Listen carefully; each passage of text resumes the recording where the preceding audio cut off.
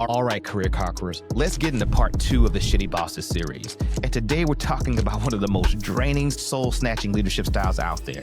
It's the toxic manager. Now listen, insecurity, like we talked about last time, is one thing, but toxicity, that is a whole other beast. So how do you know you're dealing with a toxic manager? Well, behavior 1, their energy fills the room and not in a good way. You've seen it. We walk into a meeting and immediately feel that shift in the atmosphere. People sit up straighter, people stop breathing, and start to mentally editing every word they say before they speak. That is not leadership. That is intimidation disguised as authority. Behavior 2, they weaponize inconsistency. You never know which version you're gonna get. Monday, we're cool. Wednesday, alpha blood. Friday, silent treatment. Your team shouldn't need a weather report just to survive the workday. Behavior number 3, they love, and I mean absolutely love, chaos, because chaos keeps them in control. If the team is confused, stressed, or scrambling around, that's exactly how they like it, because confusion makes people compliant. Behavior 4, they create villains.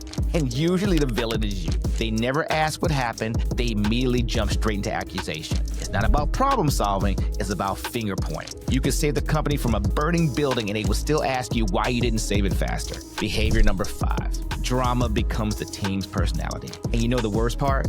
Their dysfunction is contagious. Before you know it, the team is venting in the break room, group chatting during meetings, and bonding over shared trauma. And here's the uncomfortable truth. When you let a toxic manager consume your energy, you start becoming toxic too.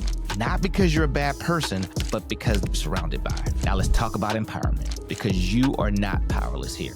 Tip number 1, do not fall into the toxic trap. Do not, and I repeat, do not let their behavior dictate your behavior. Stay grounded.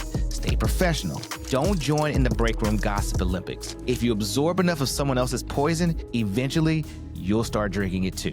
Number 2, get everything in writing. And let's keep this in balance. You're not preparing for litigation, unless you actually are preparing for litigation. But toxic managers love confusion because it gives them room to twist every story later. Let's remove the wiggle room. Following up to confirm direction, circling back up for clarity, capturing next steps so to make sure that we're aligned. Documentation is your armor and your receipts. Tip number 3, keep your brand intact. At some point, you have to decide, are you going to let someone else's dysfunction pull you out of your character, or are you going to protect the reputation you spent years building? Remember, you don't have to match their energy to rise above it. Toxicity wins whenever you let it change who you are. Stay focused, stay intentional, and stay in control of your narrative. All right then, well that's Shitty Bosses part 2, and trust me, part 3, we are talking about the leaders who throw their employees under the bus. So until then, remember that your job is meant to support your life is not meant to support your job. Until next time, my friends.